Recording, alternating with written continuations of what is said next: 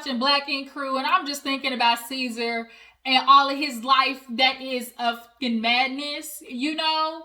And a lot of people, you know, I included, would probably say that Crystal is more on the over-exaggerative side and definitely likes to compound excess information to try to use that as a scapegoat for just getting back at Cease, for not necessarily, you know, staying with her, as well as she does have some anger in the aspect of, like, Ceasar, yeah, you help financially take care of Cheyenne, but were you really there in the trenches of taking care of your daughter day to day? Most likely not. But, you know, going back to the idea of just like, yes, I am keen on the idea of, you know, Crystal is batshit crazy. And all of this is definitely, you know, a tactic to hurt you as much as possible. But Ceasar, oh Ceasar,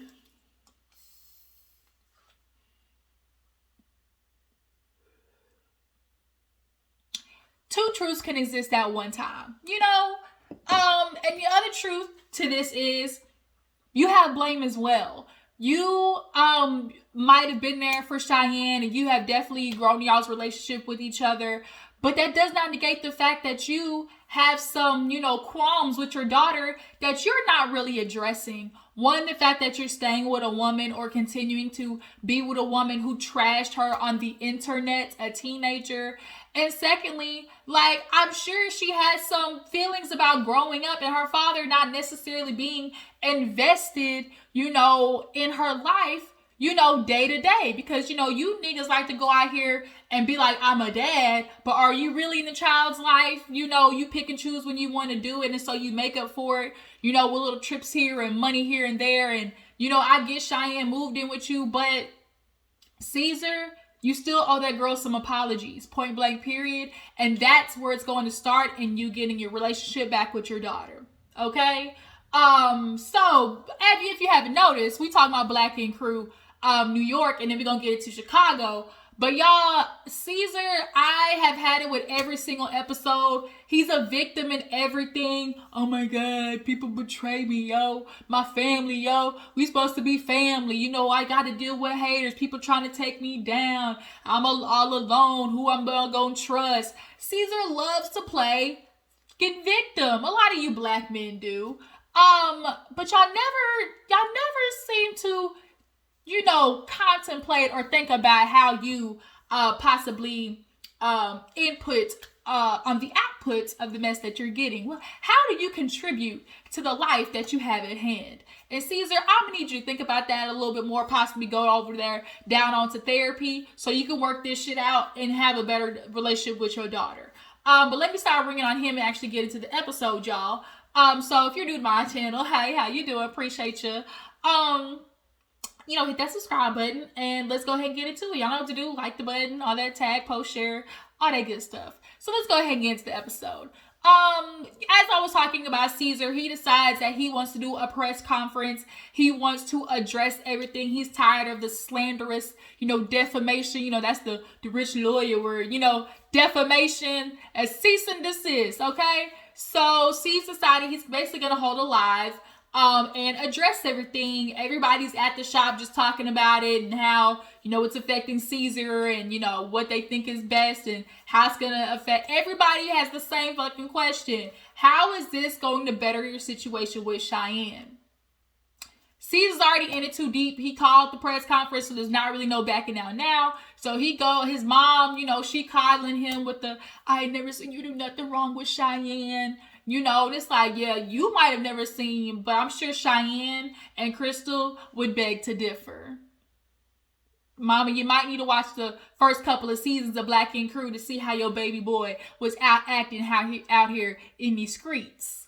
But he goes on and basically was like, this is not against Cheyenne. This is against, you know, my baby mother, Crystal. She's taking things too far. You know, I employ people. And I'm doing nothing but trying to protect my name. I just hope one day Cheyenne, you know, will understand. You know, I want her to be proud of me as a father. You know, I did this for her. You know, all that, you know, hoopla.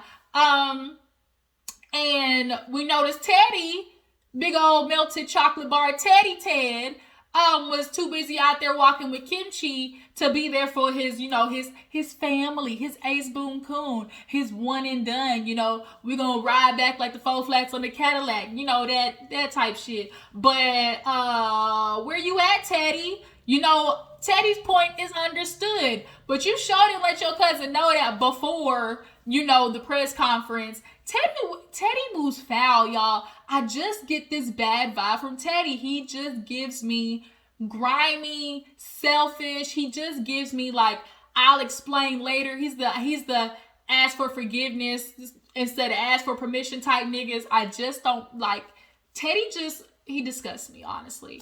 A lot of these men out here do. But C's of course gets upset, and is it Susie or Suzanne? Don't make it no better, rubbing salt in the wound, talking about, Teddy ain't here. What? He should have been here. And so now C's is feeling like, oh, it's me against the world. I don't even got my family here. Ted said he was gonna be here. Where that nigga at? So of course everybody watched it. Teddy watched it. Everybody's feeling like, yikes, what's gonna happen? So moving on. What else happened in this episode? I'm blanking. In that thought process, what hopped in my mind? Invest in one of these. You guys, the pen, when you get older, you want to be more classy based. You don't want to be around here smelling loud. Get you one of these. Nice to maintain throughout the day. But back to the episode. This shit is helping. It's not helping me right now. My brain's a little woo, and that pen ain't helping. I feel a little better in my mood. Got a little pep in my step, but it's making my little brain fall, a little memory go a little. See ya. Black and crew. What the fuck's happened? Oh, everybody's at the shop. Tati has been running the shop. Everybody else is a part of this madness that they're trying to figure out what happened with Crystal, Rock, and Spider, big-headed ass.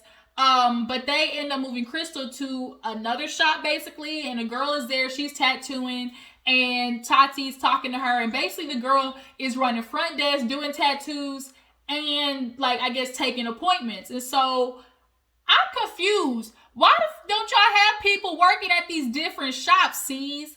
You running all these shops and you really out here working your people like slaves? They ain't got no assistance, no help, no nothing.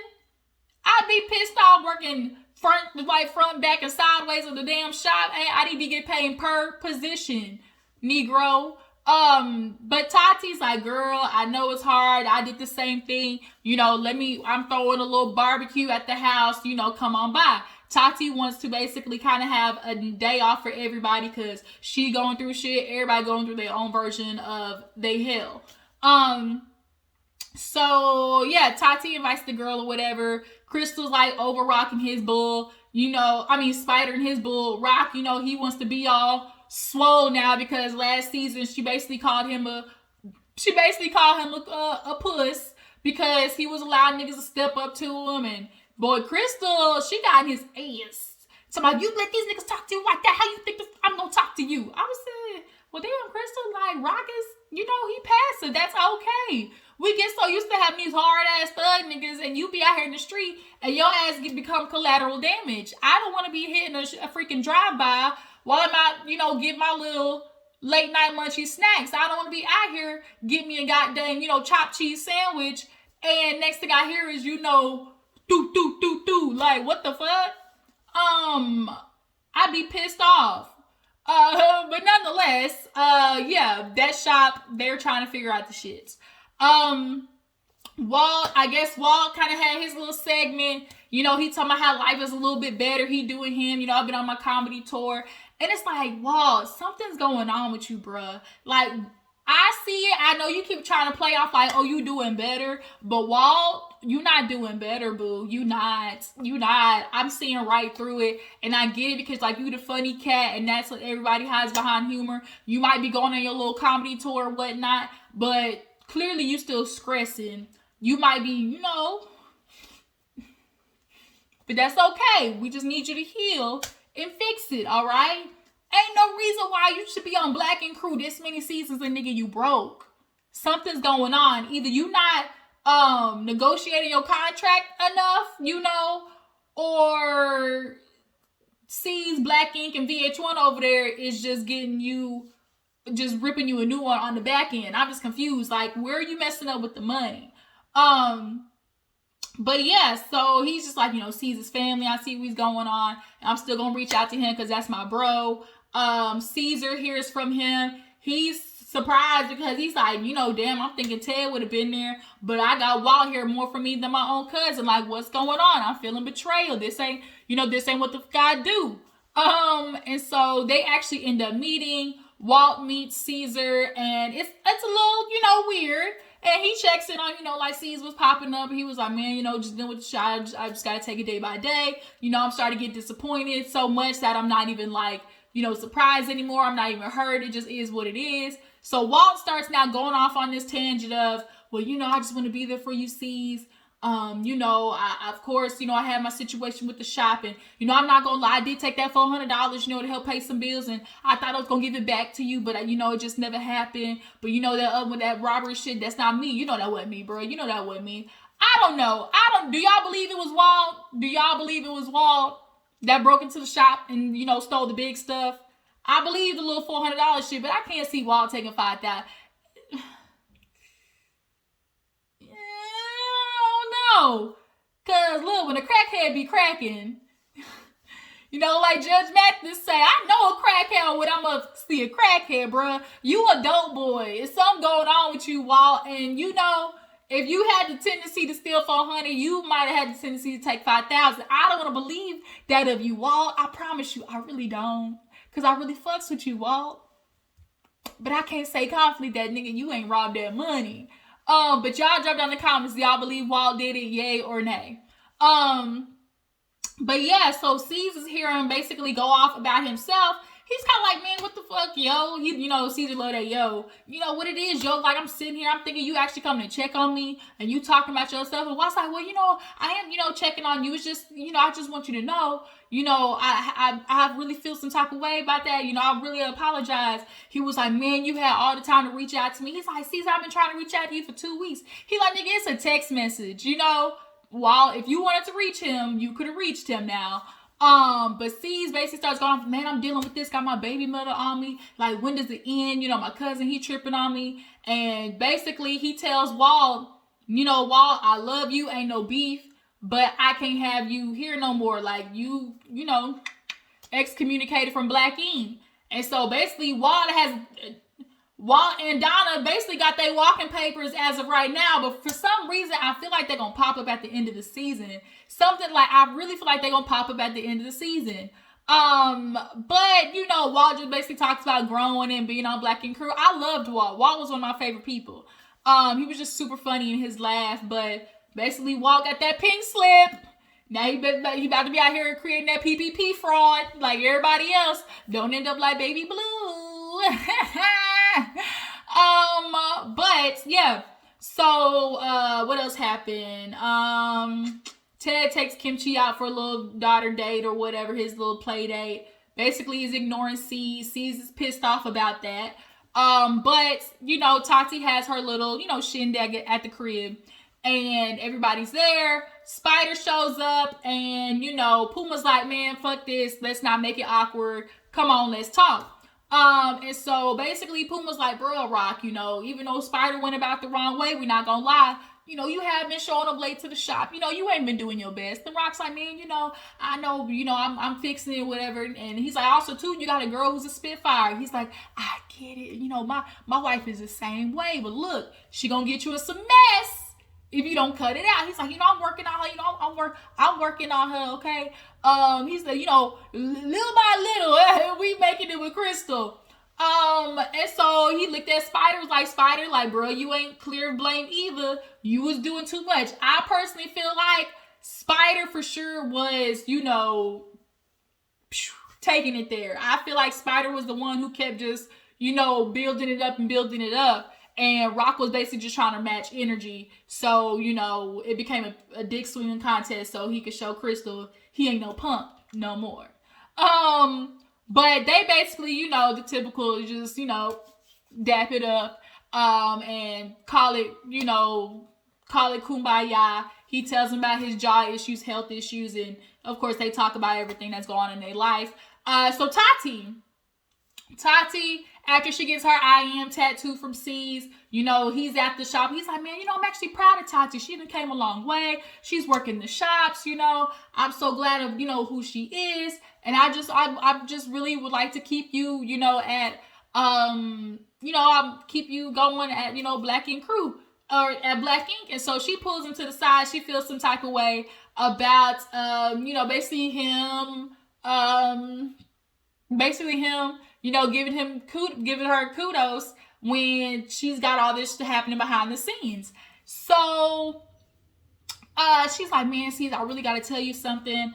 I just hope, you stick by me after I tell you. He like, you pregnant? She was like, no. Tati being pregnant at this moment would be a disaster. But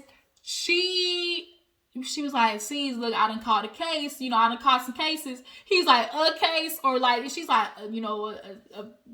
a federal case or whatever. He's like, what you mean? She was like, man, I got a case going on. I don't want you to get caught up or feel like this has anything to do with you. It's me. I got this going on in my life, and I just hope this doesn't cause, a conflict.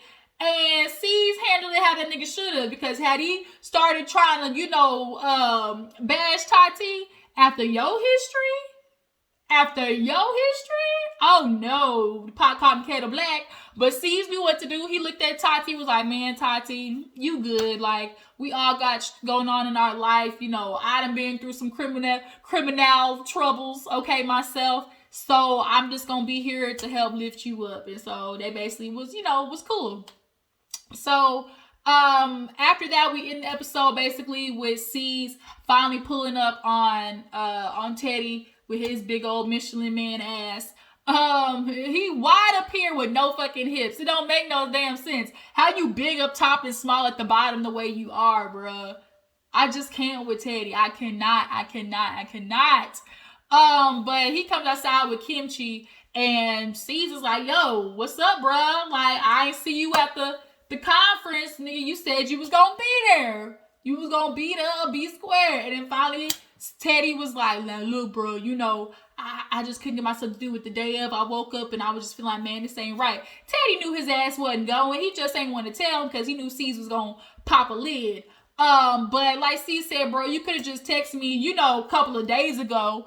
But Teddy's like, look, bro, I couldn't do it because I want to make sure you and Cheyenne always have that opening. Like, I'm Uncle Teddy to her. I talked to her the other day.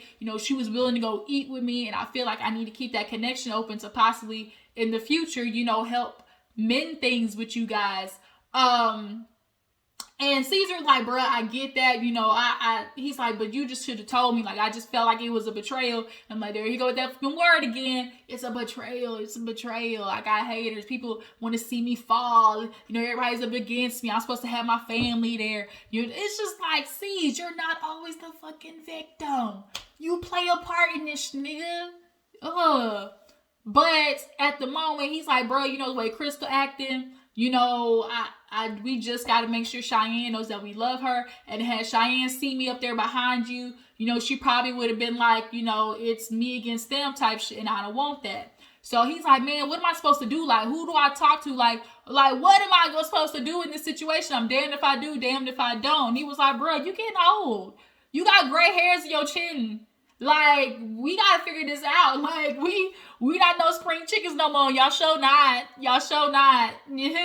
At all. Dicks is not getting hard and staying up no more, okay? Y'all not even at 90-degree angle. Y'all probably at 75 at this point.